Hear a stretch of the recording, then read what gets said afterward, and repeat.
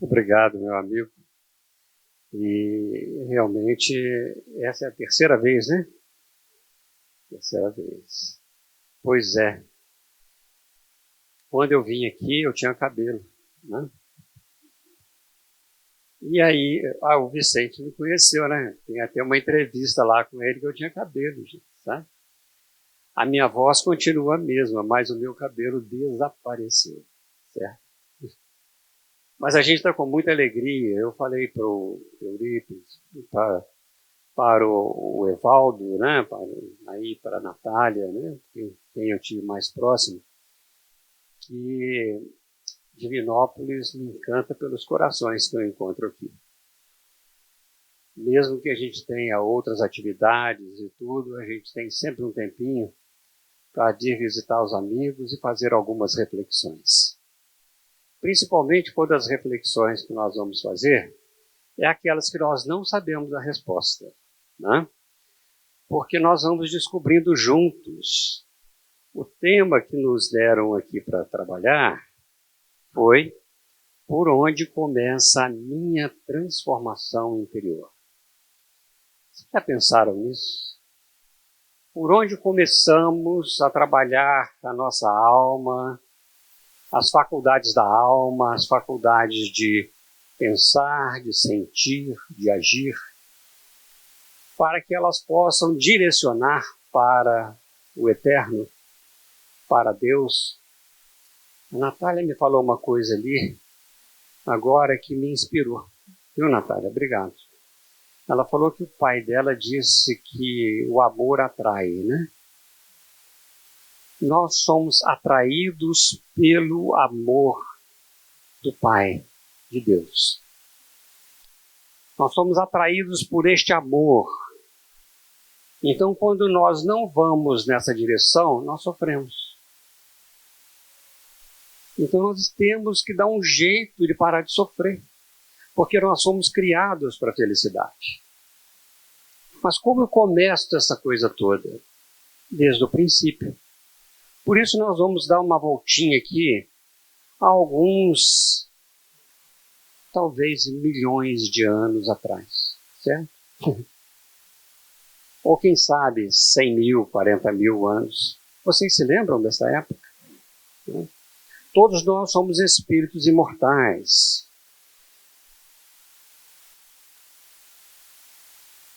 Todos nós somos criados por Deus simples e ignorantes. Nós não fomos criados já sabendo as coisas. Fomos criados simples e ignorantes. Quando humanizou a alma, nós não sabíamos nada. A gente não sabia o que era a vida, o que era a morte, o que era isso, o que era aquilo. E o impulso que Deus nos deu para que nós pudéssemos, na realidade, realizar as coisas, chamada missão, foi o impulso das paixões. As paixões iniciais, aquelas que nós precisamos para ir à frente, para poder nos mover. Então o homem da caverna, a primeira vez que ele viu uma fera lá fora, ele teve o quê? Medo. O medo é uma paixão boa, quando ele é bem empregado. Aí, para enfrentar a fera, ele teve que ter raiva, que é uma paixão bem empregada, quando ela é bem empregada. Então nós temos várias paixões que ao longo da nossa trajetória foram necessários esses impulsos iniciais chamados instintos de conservação, destruição e reprodução, para que a gente pudesse dar conta. Mas Deus nos deu a cada um de nós, a cada espírito, aos espíritos uma missão. Essa missão tinha a finalidade de fazê-los com que eles trabalhassem, de os fazer chegar progressivamente à perfeição pelo conhecimento da verdade, para aproximar os espíritos de si. Veja como este amor nos atrai. Nós somos atraídos por este amor e Deus quer que nós nos aproximamos dele. Não é isso? Então, quando nós chegamos nessa situação, nós só vamos desenvolvendo, primeiramente, o nosso potencial intelectual. o conhecimento da verdade. Ele fala conhecimento. Conhecimento é desenvolver a inteligência lá nos primórdios da nossa vida como espíritos. Era preciso da encarnação para isso. Passando pelas provas que Deus lhes impõe aos espíritos, e todos nós somos espíritos encarnados, os espíritos adquirem aquele conhecimento. Ou seja, o conhecimento da verdade, que é o despertamento da consciência. Emmanuel vai chamar que a mente é o campo da consciência desperta. Eu tenho um LEDzinho aqui, vermelhinho, né? Okay? Essa é a consciência que ainda não está despertada pelos seres primitivos. Ninguém vê a sua luzinha, nem ele mesmo vê. Mas à medida que ele vai despertando a consciência, ele vai como que acendendo outros LEDzinhos e vai percebendo as coisas que unem umas às outras. E aquilo que é bom e aquilo que é ruim. Aquilo que faz bem e aquilo que faz mal. Não é à toa que Adão e Eva comeram a fruta da árvore do centro do Jardim do Éden, para que pudessem conhecer o bem e o mal. Olha só como essa linguagem simbólica é interessante. Quando desperta, então, a inteligência, também desperta o livre-arbítrio. Vai despertando a oportunidade de escolher. Daí, alguns aceitam submissos essas provas e chegam rapidamente, né? Vai rápido, nessas circunstâncias, até a meta. Qual que é a meta? A meta da perfeição que ele pode atingir segundo a sua evolução. O Cristo é nosso modelo e guia. A meta de perfeição que nós temos é Ele. Mas nós vamos conseguir isso de imediato? Não. Nós vamos, ao longo das nossas vidas, trabalhando para que possamos realmente chegar nessa condição de perfeição, de espírito perfeito. Mas esta é a meta final, né? Mas outros são revoltados e permanecem afastados da meta, por sua própria culpa, por sua própria escolha. Não é porque alguém ou alguma coisa o impediu, é porque ele escolheu mal. O conhecimento da verdade vai dando esta liberdade, e nessa liberdade bem escolhida, nós vamos trabalhando até chegarmos à perfeição. Mas será que a gente chega na perfeição rapidinho? Na questão 166 do Livro dos Espíritos, Kardec pergunta aos espíritos se como pode uma alma que não alcançou a perfeição durante a vida corpórea atingir a perfeição, acabar de depurar-se. E os espíritos respondem sabiamente que ele precisa de sofrer a prova de uma nova existência. Está claro isso? Não, ainda não. Porque ele vai perguntar, mas como que vai ser esta nova existência? Será pela sua transformação como espírito? Já começamos a ter uma ideia de alguma coisa. Será que é no mundo espiritual, quando nós chegamos lá e fazemos uma transformação? Vamos nos lembrar, por exemplo, de André Luiz. Ok? André Luiz chegou no mundo espiritual, não sei se vocês já leram a obra Nosso Lar, mas como ela é uma das mais conhecidas e passou o filme, então eu imagino que a maioria das pessoas tenha conhecido essa obra. André Luiz chega no mundo espiritual, um indivíduo inteligente, médico, né, com bastante experiência, chega no mundo espiritual e fica naquela desorganização mental, porque ele estava, inclusive, considerado como suicida. Okay? Porque, conhecendo a verdade, como ele era médico, tinha conhecimento da verdade, aquilo que ele fazia contra o seu próprio organismo causou nele, na consciência, esta ideia, esta situação do xerife, chamado consciência, é o seguinte: você suicidou. Porque tudo que você fez de mal para o seu organismo, você estava acabando com a sua vida. E como a vida é importante para a experiência do indivíduo, a fim de que nós possamos chegar à perfeição, você terminou a sua experiência muito mal. E o médico lá no mundo espiritual diz: você é um suicida. Eu falei: eu não. Não adianta discutir, né? E acontece que realmente ele passou algum tempo nessa situação confusa da sua própria mente, diz ele, 8 anos, nesta região de confusão mental que ele se encontrava. Até que num momento ele desperta. Minha mãe me ensinava a orar. E começou a orar. Quando ele começou a orar, Clarencio estava do lado dele.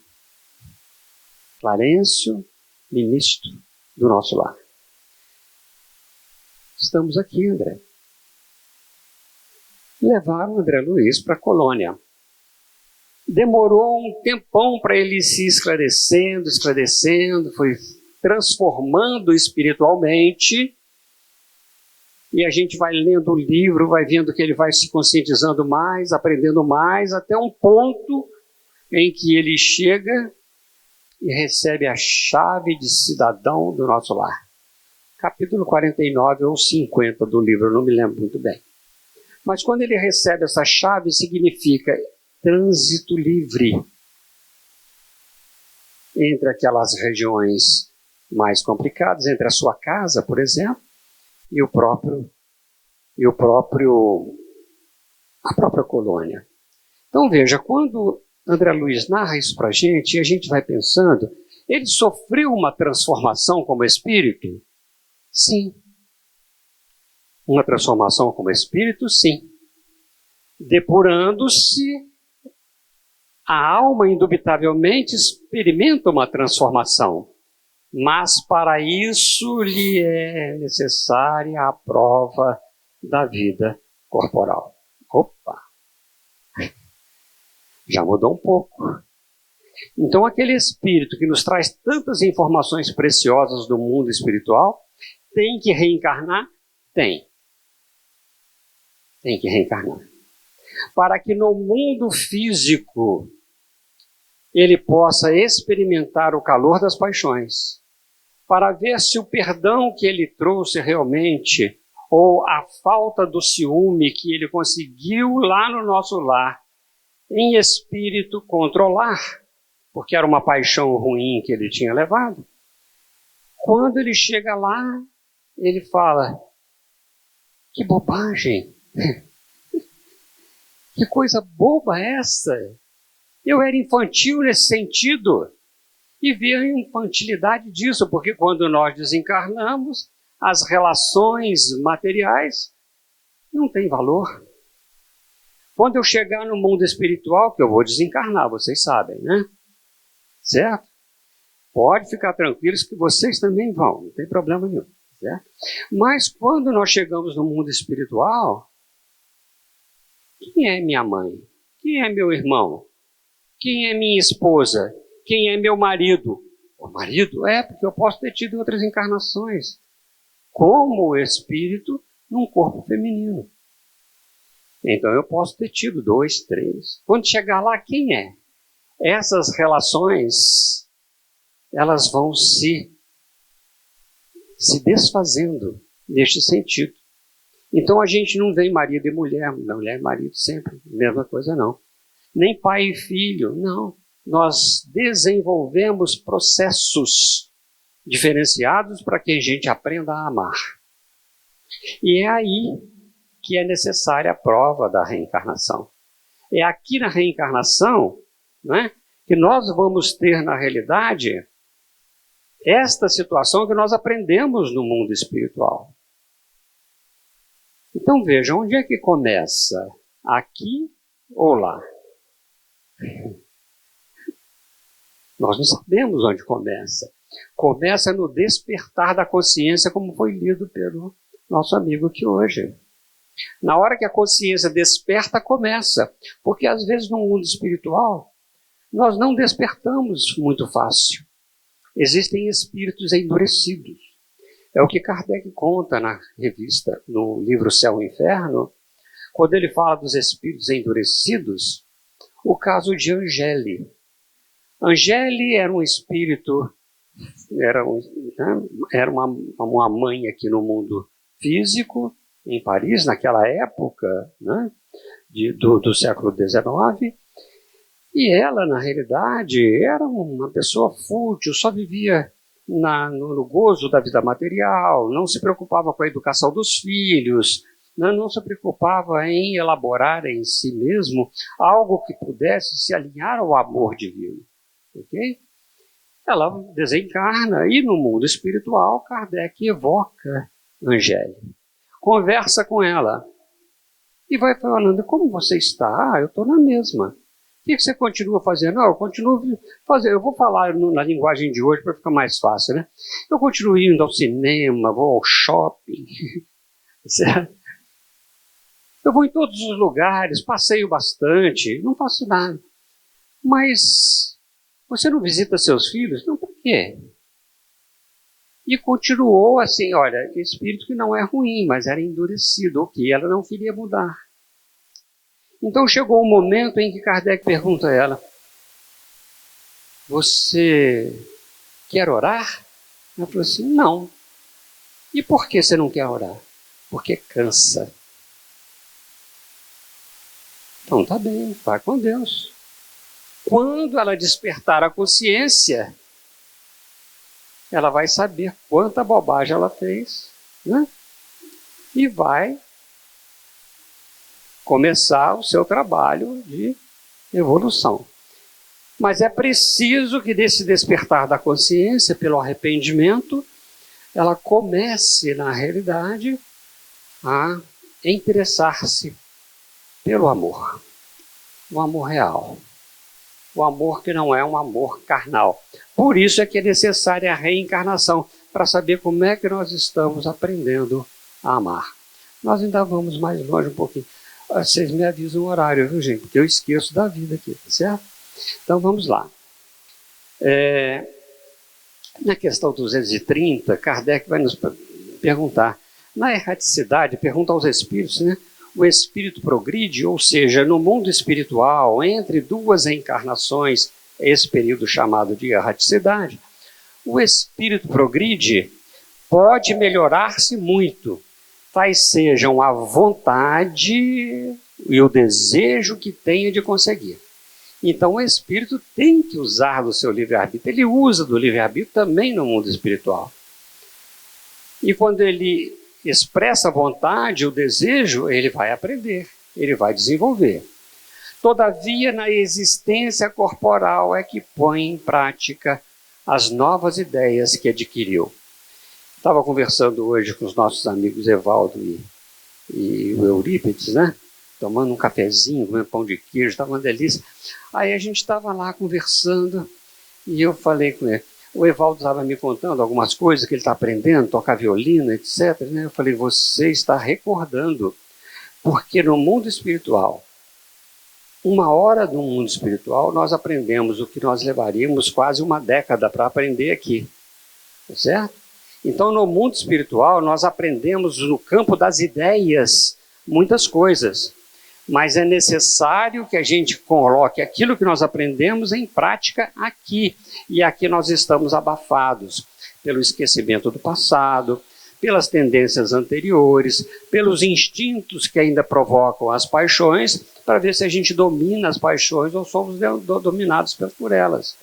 Porque enquanto nós não tivermos o império sobre nós mesmos, nós vamos estar sujeitos a qualquer tipo de sugestão dos convites que a vida fútil nos oferece. Eu não estou dizendo que não é bom a gente ir num baile dançar, não é isso, tá certo?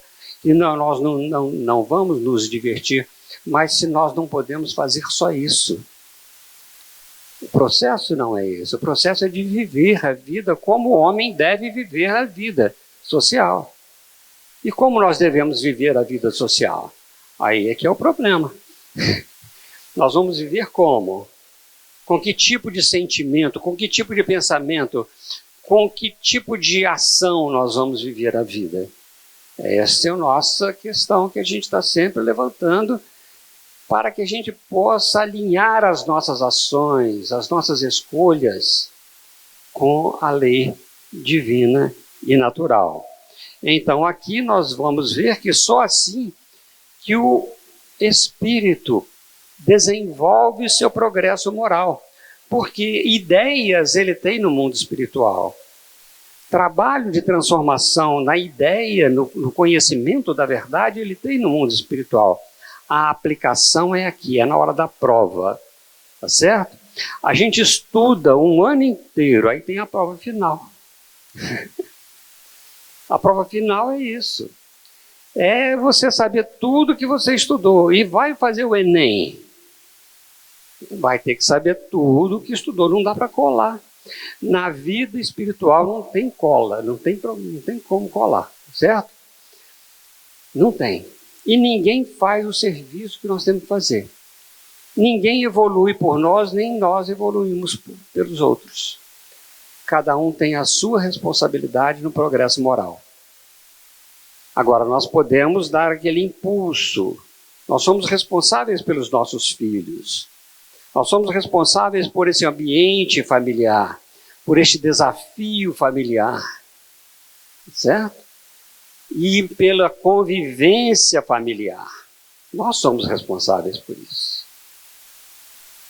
Porque é ali, naquele cadinho, que a gente reencarna. Nós não somos filhos de chocadeira, né? A gente tem que reencarnar onde? Numa família. Se nós somos abandonados por pais ainda imprevidentes, mas nós vamos constituir uma família, seja ela lá qual for. Em qual setor que for, em qual comunidade for, em qual situação que for. Do casebre à maior mansão. Mas nós estamos inseridos sempre numa sociedade. E a sociedade nós agrupamos e vamos fazendo esses pequenos elos que chamamos de família. A família nem sempre é consanguínea, a família mais, e a que realmente resiste, são os laços espirituais, não os laços carnais. Não o sangue, mas a alma. A verdadeira afeição está na alma, não está, na realidade, nas relações de corpo, mas de alma. Então, o progresso moral se faz dentro disso, da nossa relação na sociedade. E Kardec pergunta se o progresso moral acompanha o progresso intelectual. Como o espírito se desenvolve sempre intelectualmente, ele vai perguntar se esse progresso se faz imediatamente. E os espíritos respondem que decorre daquele. Então não é junto. Mas nem sempre ele diz, o segue imediatamente. O caso de Angeli, por exemplo. Angeli passou uma encarnação inteira em atividades fúteis, sem ser útil ao próximo. Isso chama egoísmo. Para a sua diversão, para o seu propósito de vida, era para se satisfazer os seus desejos, né? Então é um indivíduo exclusivamente egoísta. E assim ela passa para o mundo espiritual com o mesmo sentido. Essa transformação só vai se dar quando houver arrependimento ou reconhecimento da culpa. Porque nós erramos pelas nossas escolhas. Exclusivamente pelas nossas escolhas. Então decorre dessa. O progresso intelectual existe, mas o progresso moral pode ficar estagnado. Nunca retrograda, mas fica estagnado. Agora também pode seguir imediatamente se nós fizermos os esforços necessários para isso, né? E ele pergunta como o progresso intelectual pode engendrar o progresso moral. E os espíritos respondem, fazendo compreensíveis o bem e o mal. Opa! Agora já começou a falar uma linguagem boa, né? Porque a lei divina e natural, definida por Allan Kardec para nós, a terceira parte do Livro dos Espíritos, é uma lei que ela é única. E aquele que faz o bem está de acordo com a lei, e aquele que faz o mal está contra a lei. Pronto. Então ele define a lei natural a partir do conhecimento do bem e do mal. E define a moral a partir do conhecimento da lei. Olha só que interessante. Está tudo engendrado. E Deus deu a inteligência ao homem para que ele pudesse, na realidade, conhecer o bem e o mal. Então a responsabilidade da escolha é sempre do indivíduo, do espírito encarnado ou desencarnado. O desenvolvimento, então o homem, desde então, pode escolher. O desenvolvimento do livre-arbítrio acompanha o da inteligência. Não é da moral, da inteligência. Porque ele vai conhecendo. E aumenta a responsabilidade dos atos, ou seja, a ação humana, ela traz sempre uma responsabilidade. Veja só, quando eu vou ao supermercado fazer uma compra, eu estou fazendo uma ação, certo? Essa ação pode ser moral, pode ser amoral e pode ser imoral. 3 situações. A conduta humana, a ação humana, ela tem 3 situações. Enquanto eu estou indo ao supermercado, pegando lá fruta, verdura, arroz, feijão, qualquer coisa, é uma ação simplesmente amoral. Tem nada a ver com a moral. Certo? Agora, se eu pego o preço do feijão e troco por um mais barato, já é uma ação imoral. Não tem ninguém perto de mim, mas eu tenho aquilo na consciência. É uma ação que eu estou lesando alguém. Mesmo que esse alguém não saiba que eu esteja lesando. Porque ela está dentro da minha consciência, ela está dentro de mim. Se eu vou ao caixa e pago, mas aí o caixa fala assim, mas o senhor não tem cartão? Já começamos um relacionamento. No momento em que eu começo um relacionamento, a minha ação vai ser moral ou imoral, não tem outra escolha. Ela não pode ser amoral, porque eu já estou a conduta humana já está de acordo, já está na lei de sociedade. Eu já estou num relacionamento social. E Jesus vai nos dizer, todas as vezes que 2 ou mais pessoas estiverem reunidas em meu nome, eu estarei no meio delas. Então, naquele momento em que eu estou conversando com o caixa, eu posso estar com Jesus no coração ou não. Se eu tratar bem a pessoa, mesmo ela me tratando mal, eu estou com Jesus no coração, mas ela não sei quem que está, mas eu sei que não é com Jesus. Tá certo? Isso não importa. Não importa o ato do outro, importa aquilo que eu sinto, aquilo que eu penso, aquilo como eu ajo. Então, essas ações nossas com benevolência, por exemplo, falando calmamente, podendo explicar, né, as coisas que não estão corretas ali, é uma ação moral. Agora, ela pode ser por uma boa moral ou por uma moral realmente complicada.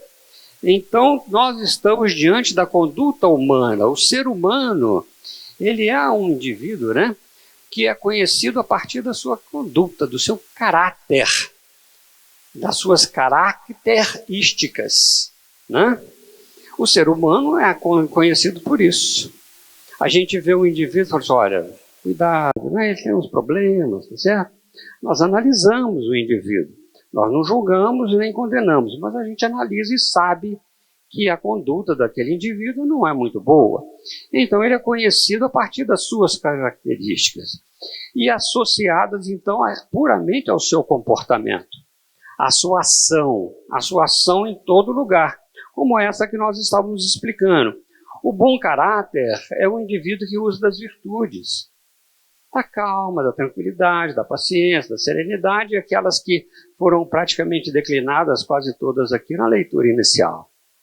né? A paciência, principalmente, que foi considerada. Então, é um indivíduo que usa da virtude. Ele é um indivíduo virtuoso. Está aí. Então, a gente fala assim, esse indivíduo tem um bom caráter, certo? Mas pode ter um mau caráter também, é um indivíduo vicioso, que utiliza da mentira, da falsidade, do ódio, da ira, da raiva, né? Do desprezo, do ciúme. Esse é um indivíduo vicioso. Porque caráter, na realidade, ela é uma marca profunda. Eu não sei se vocês estão lembrados de Caim. Lembra de Caim, gente? Está lá na história da Bíblia, né? Caim, filho de Adão e Eva, mata o Abel. Depois ele casa. Vai ser um outro detalhe que não dá para entrar nessas fofocas aqui, certo? Mas Caim mata Abel. E o que está escrito lá? Deus colocou uma marca em Caim para todos aqueles que o vissem e não o matassem e o reconhecessem. Marca. Uma marca profunda. É o caráter. E Deus colocou, foi a lei divina e natural, a própria consciência de Caim. Falei, eu matei meu irmão. Eu não fiz o bem. Eu não fui capaz de amá-lo. Eu não fui capaz de não ter inveja. Então ele estava cheio de paixões ruins, né? E acabou por prestar um mau serviço a si mesmo, porque quem sofreu foi ele. Então veja, essa situação de Caim é o caráter que ele apresentou. Ele tinha um caráter nesse sentido. Então, mau caráter, é só uma marca profunda. Esta marca que a consciência nos coloca. Então, enquanto nós não despertarmos e sairmos disso, nós vamos ficar com essa marca. Aparecendo essa marca, inclusive, e no mundo espiritual não dá para enganar. Certo? Não dá para enganar. Lá eu fotografo tudo que eu tenho dentro de mim. O bem ou o mal. Não dá para assim, não, mais ou menos, não. No mundo espiritual eu sou quem sou. Aqui a gente pode esconder. A gente vem para o centro com a cara de santo, né? Tem até uma luzinha aqui em cima, né? Mas é da reflexo da careca mesmo. Mas veja, às vezes a gente faz essa cara de santo, fica como santo. A gente tem que ser santo. Não é se mostrar como santo. Isso não é marca. A marca está interna, a marca é profunda, a marca é do caráter do indivíduo. Não é? Então eu devo ser aqui, ou na minha casa, ou no campo de trabalho, ou na rua, ou com os colegas, ou em todo lugar. Eu tenho que ser sincero comigo mesmo. Eu tenho que ser sincero. Agora, se eu sou vicioso, eu não vou ficar vicioso, né, gente? Não, eu tenho que ser sincero, então eu sou irado, eu vou continuar irado. Não, aí eu tenho que fazer um outro trabalho, não é isso? Que é esta parte da transformação. Kardec vai falar no Livro dos Espíritos para nós sobre a virtude, então. Nós temos que sair de um sentido e passar para o outro. A virtude, no mais alto grau, é o conjunto de todas as qualidades essenciais do homem de bem. Ser bom, caritativo, laborioso, sóbrio, modesto, são qualidades do homem virtuoso. Mas, às vezes, infelizmente, quase sempre as acompanham pequenas enfermidades morais que as desornam e atenuam. Mas assim como a gente tem remédio para o corpo, como que foi falado hoje também na leitura inicial, nós temos remédio para a alma. Aliás, esse remédio para a alma não custa nada, tá certo? Ele é de graça, não tem despesa, não precisa de INSS, não precisa de nada. O que o indivíduo precisa é de conscientização. Apenas conscientização. Podemos ir ainda? Vamos lá. Então, como conquistar? Como fazer este processo? Nós já sabemos que transformação é esse despertamento. Nós já sabemos que nós precisamos nos arrepender daquilo que nós fizemos para poder realmente trabalhar e reparar aquilo. né? Mas como conquistar? E Kardec pergunta qual que é a mais meritória de todas as virtudes. E os espíritos dão uma resposta maravilhosa. Todas as virtudes têm seu mérito próprio, porque indicam progresso na senda do bem. Há virtudes sempre que há resistência voluntária ao arrastamento dos maus pendores. Então, se a gente tem um mau pendor, mas nós temos uma resistência voluntária, ou seja, pela nossa vontade, pela nossa escolha, para não cometer aquilo, para não fazer aquilo, nós estamos adquirindo virtudes. Ah, virtudes, olha só. Então, quando eu estou trabalhando um vício, eu estou desenvolvendo virtudes. É o como nós conquistamos. É dessa forma. E ele vai dizer ainda, só para complementar, que a sublimidade da virtude, porém, está no sacrifício do interesse pessoal, pelo bem do próximo, sem pensamento oculto. A mais meritória é a que se assenta na mais desinteressada caridade. Kardec abre o item de estudos, vícios e virtudes, virtudes e vícios, no Livro dos Espíritos, com esta questão. Então veja, todos nós temos vícios e temos virtudes. E se nós queremos, na realidade, trabalhar este progresso moral, nós vamos ter que, pelo menos, nos conhecer como nós estamos em relação aos vícios, que é muito mais fácil. Me perguntaram outro dia, quais são as suas virtudes? Eu falei, eu sei lá. Mas se você me perguntar quais são os meus vícios, aí eu vou declinar um monte aqui, né? Não é certo? Porque o homem virtuoso, aquele que já conquistou a virtude, ele não precisa de mais fazer esforço para conquistar a virtude. Ele está no seu 7º dia, quando Deus descansa. Na realidade, significa que nós conseguimos conquistar aquela virtude e esta lei divina e natural, nós não precisamos mais ficar preocupados com ela.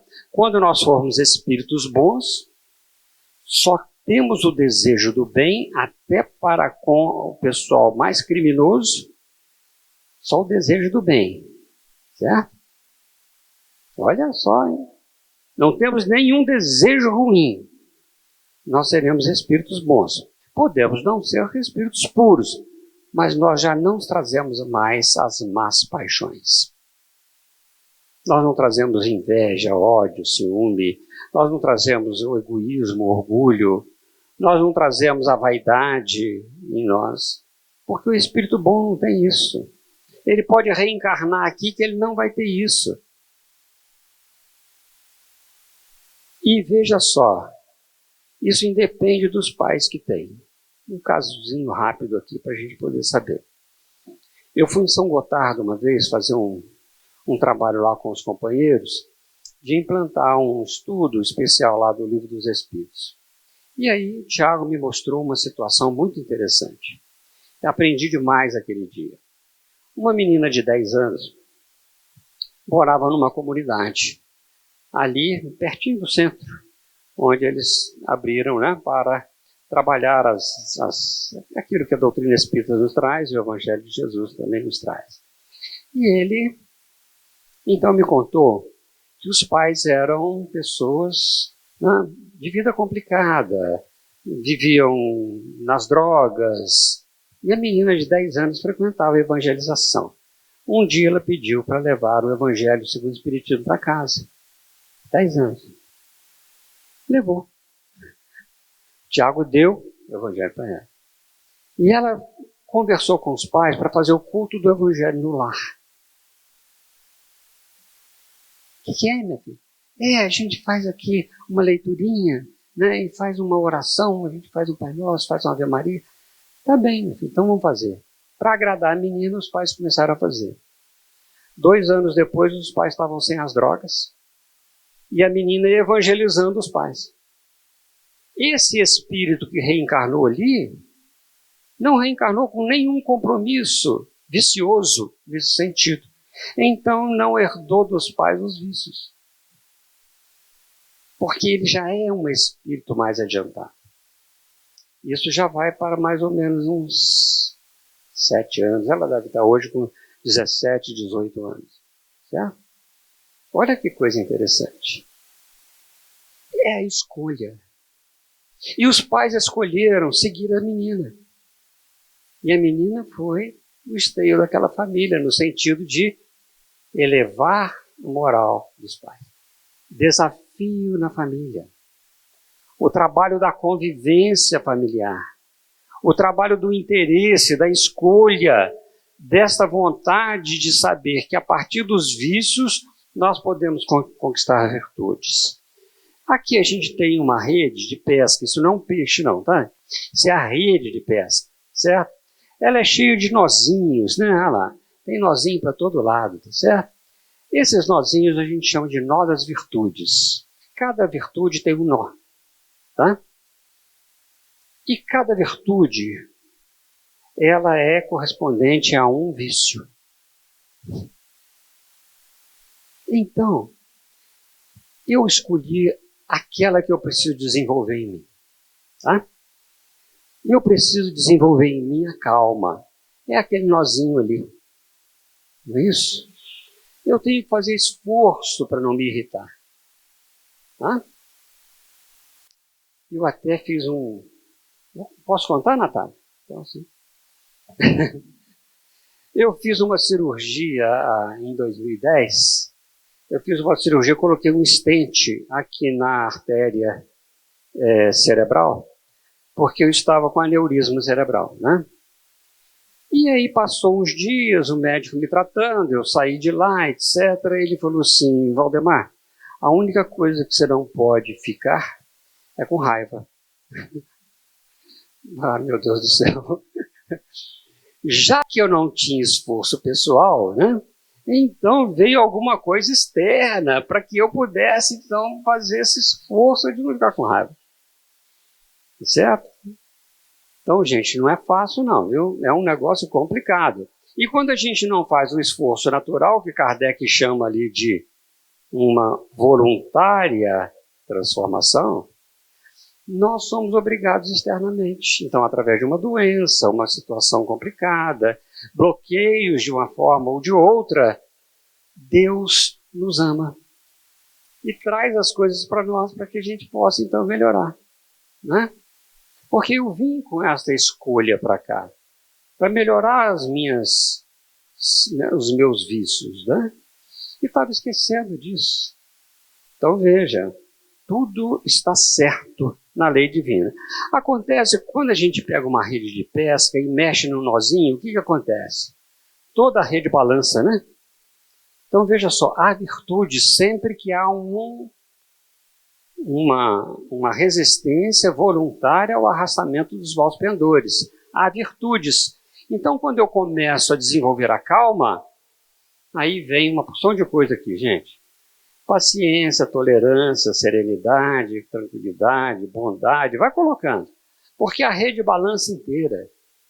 Então, quando a gente pega um vício, nós podemos trabalhar várias e várias virtudes.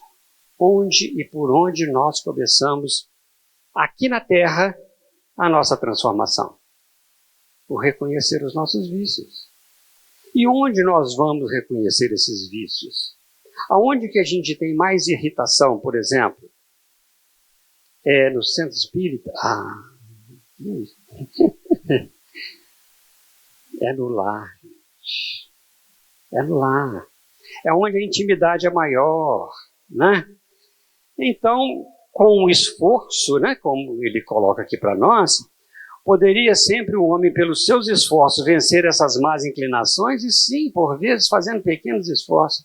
O que lhe falta é vontade. Usando a vontade, nós vamos fazer isso. Então, esse é um impulso, é o como, né? Quão pouco entre vós fazem esforços. Nós precisamos, então, aprender a amar. Este processo de aprender a amar. Quando eu chego perto da minha esposa e falo assim, eu te amo, meu bem. Mentira, mentira, mentira. Eu ainda não sei amar. Para eu saber amar, eu tenho que respeitar tudo, inclusive o direito dela errar. Certo? Porque eu começo a amar quando eu deixo em mim o espírito de justiça. O amor vem depois da justiça. Não há amor sem justiça. E a justiça, segundo o Espiritismo, é respeitar o direito do próximo. É fazer aos outros aquilo que nós gostaríamos que os outros fizessem. Esse é o conceito de justiça moral que o Espiritismo nos traz. Então, se eu não tenho respeito, se, por exemplo, eu dou uma puladinha de cerca lá, né, tá certo? Isso é falta de respeito. Se eu falo mal, é falta de respeito. Se eu não respeito, mesmo os erros que ela apresenta, por exemplo, que todos nós apresentamos, se eu não respeito isso, respeitar não é conniver, é respeitar, certo? Esse direito de erro, o direito de escolha das pessoas, eu não posso amar. Então, quando eu chego perto, Rê, eu te amo, meu bem. Mentira. Eu posso falar assim, Rê, eu estou aprendendo a te amar. É diferente, certo? Completamente diferente. E Kardec vai trazer para nós, né? Nós falamos em reencarnação, necessidade de prova, a prova nossa para melhorar moralmente, etc. Nós precisamos de estar na sociedade, nos contatos sociais, não tem jeito de melhorar sozinho, aí, insulado, num mosteiro, em qualquer lugar, não tem jeito, né? Kardec fala na questão 774 que há no homem alguma coisa a mais além do que as necessidades dos animais. Ele estava falando sobre isso. Das necessidades físicas, que os animais só têm necessidades físicas, né? Há a necessidade de progredir. Os laços sociais são necessários ao progresso. E os de família, mais apertados, tornam os primeiros.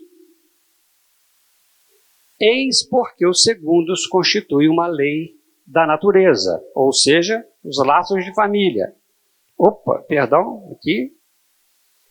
Quis Deus que por essa forma os homens aprendessem a amar-se como irmãos. Dentro do lar, nós devemos aprender a amar-nos como irmãos. É naquele cadinho ali que nós vamos aprendendo a deixar que Jesus fique entre nós. Em cada conversa, em cada situação, em cada discussão, em cada diferença de ideias, não pode haver disputa. Porque para haver disputa, um tem que sair perdendo, outro ganhando. E Jesus não é o promotor das disputas. Ele é o promotor da colaboração. Vá, ide, pregai o Evangelho a todas as gentes. Pregar o Evangelho não é falar o Evangelho, é vivenciar. E aí nós estamos trabalhando dentro do lar as nossas faculdades da alma. A faculdade de pensar, de trabalhar essa situação, ver o defeito dos outros, ver o defeito sim, a gente vê o defeito, mas não condenar. Nós podemos analisar aquele processo, até mesmo conversar com a pessoa, chama no cantinho. Um filho, por exemplo, filho tem defeito, gente? Né? Eu pergunto às vezes, a gente faz ele é um anjo, né? Quando está pequeno, porque depois que cresce. Né? Então, mas aqui, a gente tem que ver os defeitos. Criança tem defeito, ela traz de outras vidas. Não somos espíritos bons ainda. Nós somos espíritos imperfeitos que desviamos da lei divina e natural. Não passamos nas provas, ficamos atrasados. Então estamos no campo das expiações. Nós sofremos. Então com isso a gente desviou da lei. Quando desviou da lei, tem que voltar para poder acertar as coisas. E os filhos nada mais são do que espíritos imortais. Nós emprestamos o corpo, mas a alma não somos nós. A alma vem de Deus, de espírito sempre ignorante, lá daquela época que a gente nem sabe quando, chegamos até agora nesse sentido de prestar conta da vida. E ali naquele cadinho nós vamos então nos interagindo. Eu posso ver os defeitos, mas eu tenho que usar da indulgência no meu pensamento. da capacidade de chamá-lo e falar assim, meu filho, veja bem por esta situação ou por essa situação, qual que você prefere? Quando ele tem consciência e quando ele tem condições de decidir. Qual que você prefere? A escolha é sua, não é minha. A escolha é sua. Qual que você prefere? Ah, eu prefiro essa. Olha, isso aí pode... Quais são as consequências? As consequências podem ser essa e essa e essa. E essa daqui? As consequências podem ser essa e essa. O que você está fazendo? Causando infelicidade ou felicidade para você? Porque a lei divina e natural sendo uma, ela nos diz o que nós devemos fazer ou deixar de fazer. E nós só somos infelizes quando dela nos afastamos. Mas a escolha é nossa. A escolha é nossa. Então, este aprender a amar como irmãos é um processo de escolha. É um processo de escolha que a gente tem dentro do lar. Não tem outra forma.